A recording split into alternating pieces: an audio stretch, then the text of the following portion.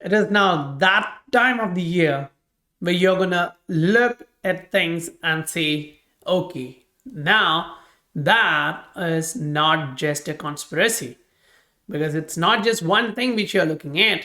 You're looking through a lot of different stuff which happened before, which is happening right now. And one of the thing which I really feel like, okay, this kind of push all those guys who are saying, okay, you are a conspiracy theorist, out of the window, because this clearly showcases that there is a form of narrative out there where it actually showcases this. Restricting investors might help. Now, what type of investors are they talking about? What type of investments are they talking about? Why are they trying to do this? That's key, right? So when you actually come down here, this suggests that it may be worthwhile to restrict users of the new system to qualified institutional buyers. So that exactly goes through a lot of narrative. Like, it can be different way how this plays out, but I'm not actually directly go out there and say, okay, this is going to be a buyout plan. I don't actually think that. But this can be something bad, meaning they push the price low, they keep it like this, they suppress the price. And inside this market, as we talked last day, we are observing a lot of coins slowly move back higher. So if you go on to the medium cap, if you go on to the small caps, you're actually seeing these taking off. If you remember what I talked yesterday, as I clearly gave you a hint that most likely we are going to observe random coins pumping. Now in each hundreds, first hundred, next hundreds, 300s, 400s, you are literally observing coins popping. So this is happening right here as the market slowly starts to bounce. So what you really want to look at is, say for example here, you can see like a day before the actual breakout here in the price, RSI suggested you we are breaking higher. So right now, if you're here on a daily chart for Ether, you're looking for a break to the upside. That kind of confirms like you're going to go to the upside. Now, short term, yes, you already got that breakout. So you are looking for the market to go up. Now, that's a 4-hour chart. So it's not a little bit like next 2-3 weeks. This would be most likely like within next 1 week, this would eventually reach the peak here, and then maybe we're going to go back down. But if that happens here, now that will stay there for a couple of weeks, because Bitcoin, if you analyze this properly on a 4-hour chart, this short term, each time when you're close to this support and the MACD is crossing, you go back up and you test the high. You are bottom, you touch the bottom, MACD crossed, RSI was below this over sold territory. You went back up, you tested the resistance. Now it's that time where you're already touching the supports. MACD is crossing, RSI is already breaking and going back higher. So you do have a possibility that it's going to go test 26,000. But am I directly saying like we're going to go through that level and fly? No, because right now your range is this. If you're looking at Ether, your range was this, right? You did this consolidation, you broke that higher. So you touched that 1, 2, 3 here, and the top 1, 2, 3. So you did that before the breakout. But here on Bitcoin, you're still here 1, 2, 3, and at the top you got 1, 2, 3. So if you happen to break through this level, now that will turn a lot of bears into bulls. But understand, by that time it's already $25,000, and then you're breaking back higher. Most likely you're going to consolidate here on 30s. All those will follow. But right now in this market, when you are here and you see stuff like this, you really have to ask this question. Now, this is Digital Pound Foundation highlighting Nigeria's CBDC, e-Naira, how it's actually going. And at the same time, keep this in mind, Digital Pound Foundation has already been putting out a lot of contents related to Ripple. Now, if you go back in history, try to break these down, you kind of get a little bit more clarity on those. And then, yes, obviously, you need to look at XRP and see what its chart is showing you. We just saw like a lot of random coins are pumping. But is XRP showing a sign of that? We need to break that down, right? And we are going to do that. So stick around till the end.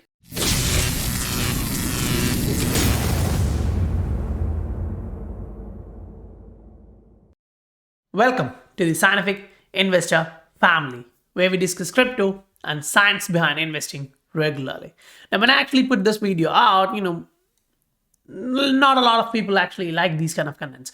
But when I followed it up with this, same. It's like, okay, you guys are like, okay, those who are here, most likely watching this, is here for a reason. They want the truth. They want to get clarity.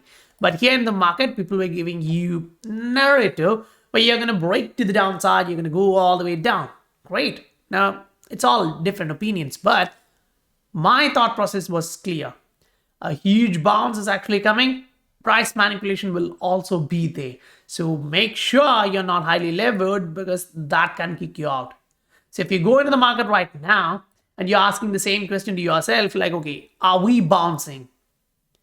Is the market bouncing crazy? Some of these assets moving 20-30% a day is a good sign, because if you are looking at first 100, next 200, I'm like, this is a sign where you get like what's happening is whether it's a bearish trend and a bullish rally inside that or not. So for that, I would actually like to take you guys through one asset. Say if you are looking at okay, we'll pick like ORC. This is one of that. So if you are looking at the chart for this one here, now when you go here in last one day, you see like, okay, this is going higher. Great, but it's a daily chart. Then you go on to a 7-day chart. Okay, we were coming down and then we bounced back up. Fine. Okay, on a 30-day, how does it feel? Now you go back to that 1-day scenario, right? You're going back up. You're trending back higher. Great. Now we go look at 1 quarter and you're like, okay, we were coming down, but I think we bottomed and we are going higher. And are we making really good highs? So is the price too high to buy? That scenario comes in if you're only looking at this. But if you actually take another step back, this is what you're noticing. The market was here at the downside. Keep that in mind, at the downside. And then what happens? Against BTC, it's breaking through. It's going back high. It's testing this level, the previous high. And against USD, you're here. So for me, that means in this market, we have a lot of opportunities coming in. And if you are prepared, that's okay, that's good for you. And if you are not, you need to make sure you take your time to understand this market. Now, if that particular chart is not that clear enough for you, say you can actually go on, look at the coin market cap chart. Now, I don't like coin market cap too much, but if I'm actually looking at that, I would say like, okay, if I go into the coin market cap directly, and just go on there and just put in like, okay, we'll go for what? The ORC, right? So you actually go into that Orbit chain and you want to actually look at that. Okay, it's good. It did 20% today. That's all great. Now, I think this is a little bit more clear if you are looking at that perspective. So here, daily, you are going high. Okay, the price is too high. 7-day, you feel like, no, we are actually testing the previous high. We were coming down. Monthly again, okay, you're volatile, upside down, but you're still trending higher. And on a 3-month, you're like, okay, no, I think this is too high to buy. This is not the right time. This goes higher. But now if we actually take another step back, look at the macro picture here, this is what you see. You're breaking through to the upside. You broke this one. So even on a 3-month chart, you actually saw this. You have a peak. Now you go back down. Then you go back, retest this one, have a little bit of volatility there, then you break through that. Now, yeah, eventually you'll slow down and you'll come back down. Then again, you'll go up. Now, if you are trying to time the top and bottom, now it's completely up to you. But if you feel that 50%, 100%, whatever is in there is good for you, take that profit and move out, right? So right now in this market, this is what you're observing. There's not just one asset in this market. There's a lot of assets doing this. And just today we entered a couple of assets. Now, we didn't have those in a lot of different exchanges. So we even had to, move some of that to Uniswap, buy it through that. Now, it takes some time, but when you see good opportunities, you need to take those extra steps. And generally, it's not the highly fundamental, kind of long-term buy. This is a trade based on technical. So when you're entering through these trades, make sure you exit based on those same technicals. Great. So you can actually go look at like a lot of different coins. Say anything below like $1 million, I would say like, okay, that's a micro cap. And when you're going through that, some of these projects used to be big project, and year to date they are like minus 85%. Now you go look at what the company is doing. Now you go look at like, okay, fine, are the developers still working? They left the project, right? You go look at like, what are they working on? Are they getting new partnerships, adoptions, all those stuff? And you can even actually look at like, okay, what's happening in the market, right? So literally, if you observe some of these, you get to see same picture. You are still here at the bottom. You try to come back up, but you were pushed back down. You get that narrative.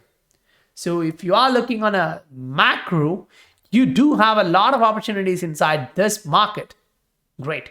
Now, that being said, if you're going back to XRP, this is one of the biggest opportunity in my thought process. But the biggest issue there is this, if people like this are kind of slowing you down, putting, the ideology like this outside.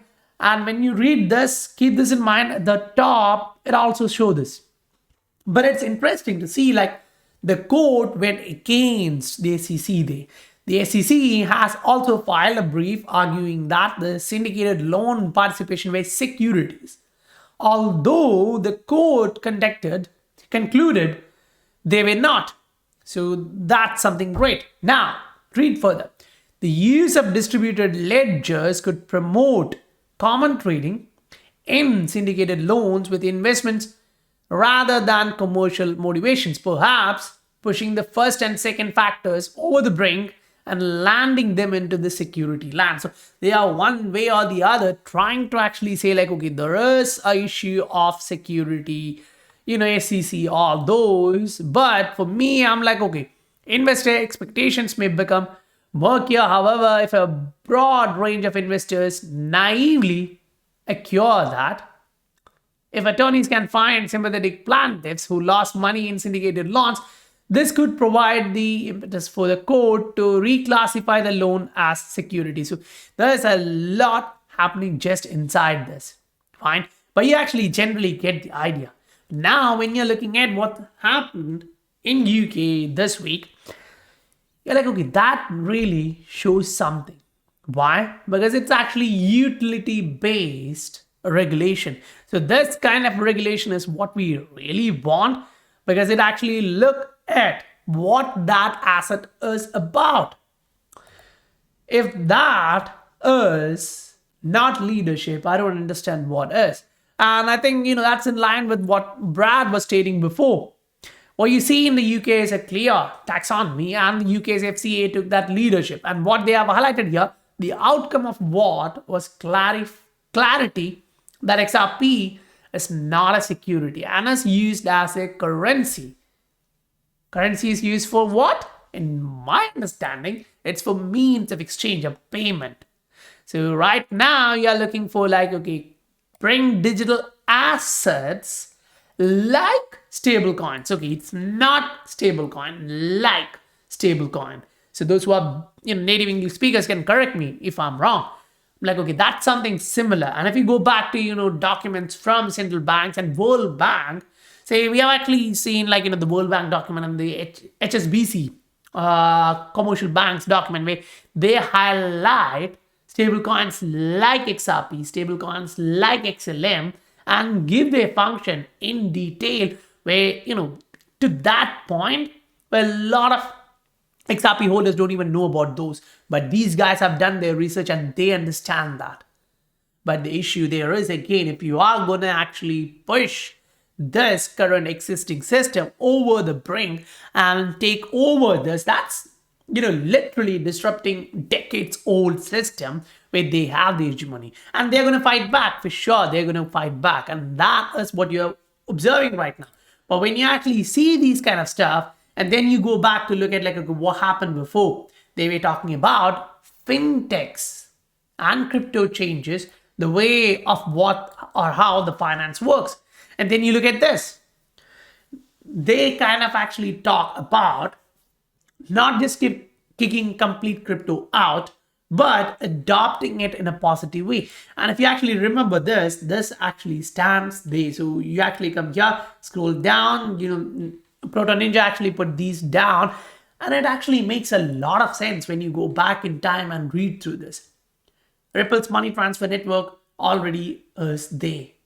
They already understood what's happening. But again, these are not happening on a day. This is the financial system, and whatever, it takes a long time. It takes a lot of time because there is a lot of regulations involved. They need to make sure there's nothing which is going to go wrong. Because if it actually does, now things may look really messy, right? If you actually see in crypto Twitter today and you look at like what XRP community was kind of highlighting, some of these are really great news. If you listen to this, then that really shows you where we are headed. Now, this is actually bad news for anyone from US. That's a different story. But if you are here, now we actually listen to this from Joel Katz or David Cross, and then you get one point like, okay, that is really great. Then you look at this and you're like, okay, that's the macroeconomics happening in some countries where you really need a bunch of cash to do that. Great. Now you actually go back to these and ask like, okay, is Ripple doing something great? Yes, they may. And even if you think about Ether, today I came to know, like, I didn't know this precisely before, like Ether, the idea was completely stolen from the discussion of Ripple. So this guy, the Vitalik guy, used to be there and he used to visit these offices during that time, got that idea, like they're targeting like where the smart contracts or the payments, they had the confusion, then they decided to go for the payments. And this particular guy went on and built smart contracts from whatever he got from there. Now, yeah, you need to give him credit, like it was an idea which he executed. Now, there's a lot of work behind that. Agree on that point. But it was not his idea. One, but he had the ability to develop that with a lot of others. And the term which was used was initial Bitcoin researchers, scientists, coders, whatever you call them, were trying to do this in discussion with Ripple. So from that time, the legitimate project is there and it still exists. So now when you come on to the price action, that's where it gets boring. Like we are inside this as investors. So if you are here as investors and you don't actually care about much of a volatility, because as we just talked about 1 day, 7 day, 3 day, for XRP, it's even longer. You need way more patience. And that's one of the reasons why I say, like, if you have the ultimate patience, if your nerves are steel, then it's fine. Don't have to worry about anything else. But if not, and you go look at the market and you observe that the market is doing a lot of these where the coins are popping here and there, and you literally feel like, oh, I'm missing out on these. Now that can be bad, meaning you may sell your XRP, 50%, whatever, or completely and move on to this. But instead, if you already decide like, okay, 5% of it, 10% of it, I'm going to take out, I'm going to put into different investments or trades. Rest, I'm not going to touch until it reaches certain price points. I move that into an exchange, I move that into a wallet, I move that into a ledger. It's all up to you. I would prefer ledger. Keep it close to you. Keep your XRP close to you. And make sure others don't know how much XRP you hold. Hide your XRP. I would say hide your XRP. That's going to be the best thing you can do. But don't hide it somewhere you don't know where it is when the time comes. You shouldn't be forgetting that. But now that 5 to 10% which you take out to trade, don't just go onto one asset.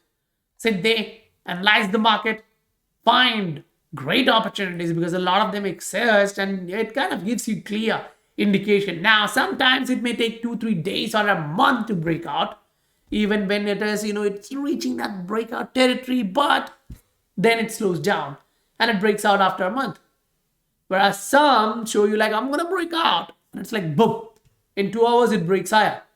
So that will still happen. So you need to be in different assets because you don't know which one is going to hit your target first. And if you are not well aware of that and you want those kind of calls and the reasonings like why it is in a chart and see like if I'm entering there or not, you can look at the Patreon. The link is given in the description below. Just today we had a couple of calls and the asset which I entered, it's already breaking higher. It's one of these in the list and we are going higher. We have our targets and some of those are real good targets, right? Even if you enter at this point, you may still make 100%, 200%. And as a trade, for me, 30 to 50% is great. So 100, 300% is like, best opportunity because even if you decide to move out of this asset at 100 or 200%, when you see another better opportunity, you can still move out. Maybe 50%, maybe 75%. So these kind of opportunities will be there. And one of the psychological stuff which is happening here is like you actually know like, okay, I'm involved, I'm trading, my money is not just sitting aside. I have a little bit of dry powder. I buy these opportunities, maybe a month or two, I sell these, I take the profits, keep it in my dry powder. I still look for opportunities. I find that, enter, that kind of stuff. But we are not talking about leveraged trading. Because this is crypto market. I personally believe it can go up or down with a small bad news or a good news. And if you are against the market, the leverage can kick you out. Now, just go back into the market and look like the news for last 3 months or 6 months and see like how much money was liquidated. So that can be your trailing stop loss. That can be your complete position being wiped out because you're over leveraged. Or that can be partial position being closed because you're leveraged, but you had your stop loss. You can actually see all of those and decide whether you want to do that. For me, I don't recommend that. When we were in early wave one, we used to do that. Even I used to leverage. But after that, no way. Because even in a big bull run, you're going to observe that the price is going to go up, go down, go up, go down. It's going to be a lot volatile. And as institutions enter this manipulation, it's too much. So if you have that nerves of steel, now that's actually great for you because whenever you bounce, whenever that is, you're still there and you have trades or positions which you can take profits and stay happy. Now, as you go through, this fundamentals which we talked here is going to get priced in. And when it's getting priced in, make sure you are there in the market. Because at one point you may feel like, okay, this is not doing anything. We have actually seen a lot of human beings like that, right? We are all human beings. And at one point we all get that negative vibe. Like two guys talking here and here. One is like the green and the red. Now you need to fight that red guy. You need to empower your green guy there. So in investing, that's the hard part to do because, this red guy has a speaker and the green guy does not. So this red guy has like hundreds of YouTubers saying like, okay, the market is going to crash. You're going to go to $5,000. You literally can see that everywhere. Last day when we were talking about a bounce, there were people kind of giving you that idea narrative, we are going down, right? Now, all of those actually come back into the play. So if you are in this market and you see random coins bouncing like this, breaking higher, don't be surprised. As we talked about it yesterday, we are observing it today. And I'm not surprised, and neither should you be. And if you're participating in this market, congratulations, great. Sit back, at least let the price go to 70, 80% of your target, take it. If the target is like, 100% measured move, be happy with 70, 75, or even 80. Because by that time, there's going to be a lot of selling pressure, others taking profit, exchanges going against your trade, all those will come. So you don't actually want to be in that difficult situation where you're trying to get the 100%, the price reverses at 95 or 85, right? So take the right decision. And if you want, when I enter, when I exit, these kind of alerts, you can look at the Patreon. The link is in the description. Now, one of the best thing to do is to put your time, learn what price action means, learn what technical analysis does. This is going to improve your trading. This is going to improve your life in investing. And if you are ready for that, you can do that for free in YouTube. There are hundreds of videos. You don't have to pay anyone. But if you're like, I'm trying, but I need more time. And but by that time, this market cycle may end. Now, fine. That's where people like us can help you, give you a hand, highlighting. Okay, this is an opportunity if you want to look at. Great. So I believe you get some value, and if you really did, please do hit that like and subscribe button. I'll meet you guys on the next video. Bye for now.